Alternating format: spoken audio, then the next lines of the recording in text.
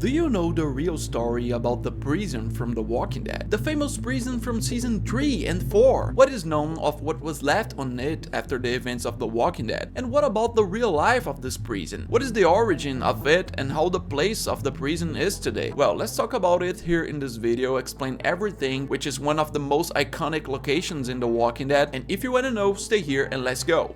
Hello everyone who watching this beautiful channel. My name is João Victor and I'm back to talk about The Walking Dead universe again. Yeah, but now it's not about a specific story, about some character, about some situation, about some zombie. No, now I like to talk about some location, some very iconic location from this show, that is the prison. Perhaps one of the favorite places of most fans there on this day. I think most of you would love to see this prison again in the universe. It's that possible. Let's explain everything, but first don't forget to check the like in this video. It helps me a lot with the promotion. And also, if you like this content about The Walking Dead and more other shows, don't forget to subscribe to this channel. And there we go.